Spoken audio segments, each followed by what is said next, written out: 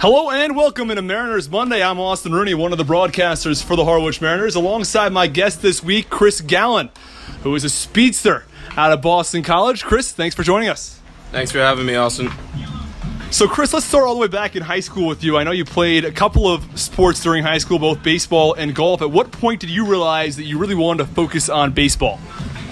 Yeah, so obviously I played baseball my entire life, but going into high school, I thought it'd be a good idea to try out for the golf team just to add another sport to what I was doing. So I played golf through my junior year, and after that I realized that my future was definitely not in golf, and I had something working with myself with baseball. So was there a member of your family who really influenced you in your baseball upbringing? Yeah, so I would say that my dad has been the biggest influence on me in my baseball career. You know, he coached me all throughout Little League, all my summer teams up until I was 13 or 14, and still to this day he helps me fix my swing, helps with little things, just talking to me through things, stuff like that.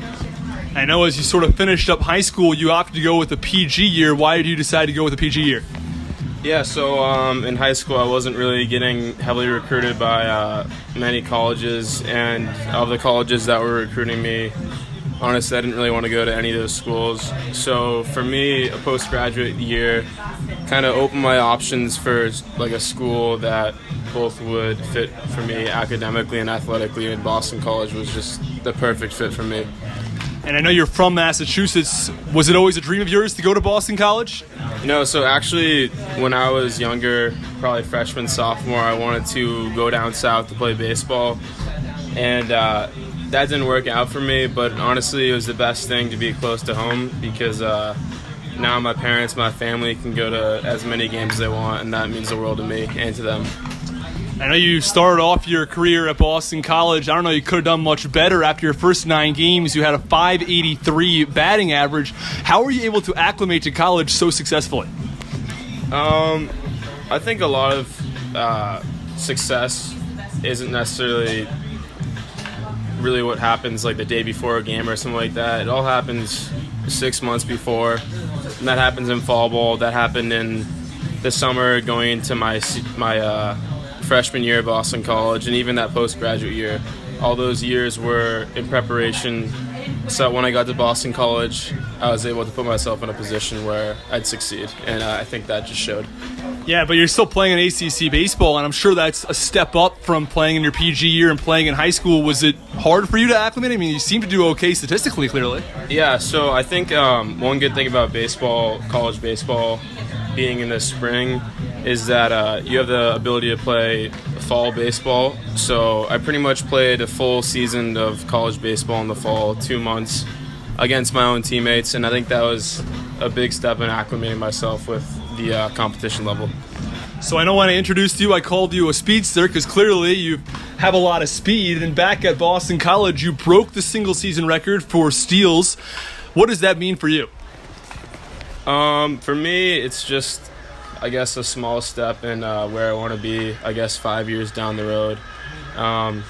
It's great to have that record, but hopefully I can next year do something even better. So, well, you'll have, again, even more at-bats next season. Hopefully you'll be able to do that. I know you stole 28 bases this season, but you're only caught 3 times. So what goes into becoming an elite base stealer? Yeah, so obviously, first you're going to need some speed. 2, stealing a base, more than speed is more of quickness. It's that first step.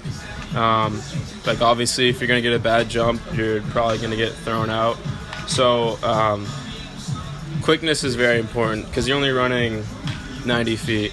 And another thing that goes into stealing bases is a preparation. For us in the ACC play, you could rewatch games, so I was able to see guys pick off moves before that.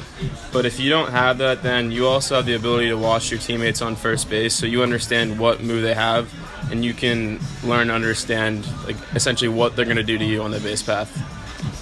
Yeah, and transitioning from Boston College, you hit that walk-off home run. I know we talked about it after the game. Could you take us through that at-bat when you hit your first collegiate home run here on Cape Cod? Yeah, I guess I would say my first home run couldn't have come at a better time.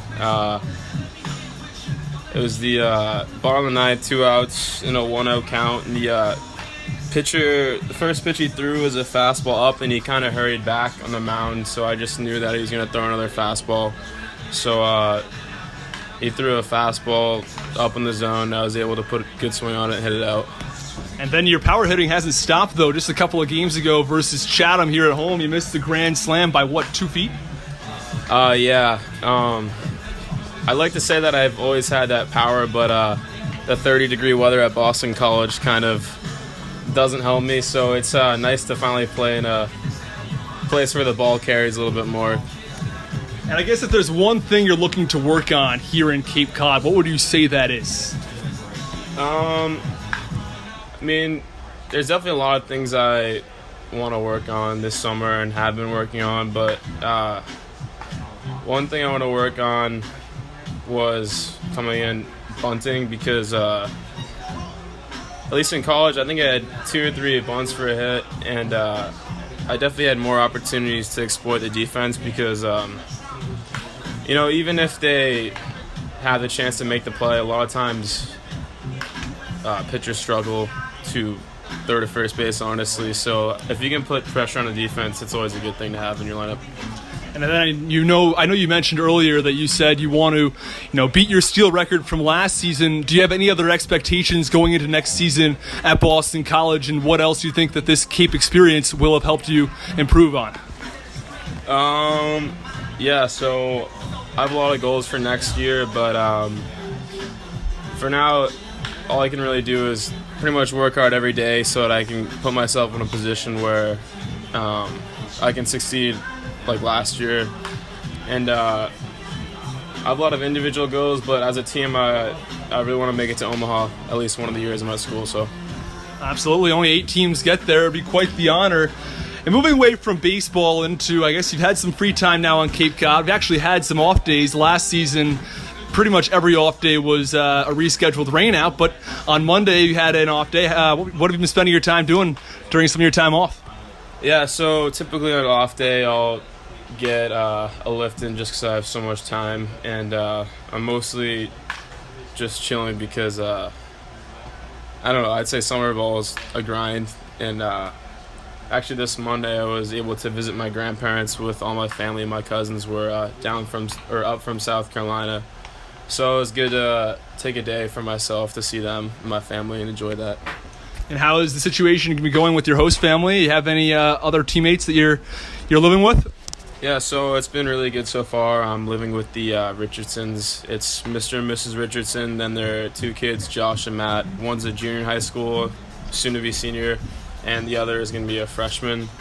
I'm also living with a pitcher from Stetson, Austin Wood, and it's been a lot of fun so far. They're treating me really well, so I'm happy to have them. Well, that's great to hear. I guess one of the couple last things I'll finish up with is Mariners fans have gotten to know you on the field. Who would you say you are as a person off the field? Yeah, I'd say off the field, it's pretty similar to who I am on the field. I like to have a lot of fun. I like to be loose in the field. I think that if you're not having fun while playing baseball, you're going to struggle. I think when you lose the fun in the game, it's when you start tensing up, thinking about too many things. So off the field, I'm the same way as on the field, loose, having fun. Love hanging out with my friends, love relaxing. So that's me. All right, well, thanks so much, Chris, for coming on the podcast. Thank you very much, Austin.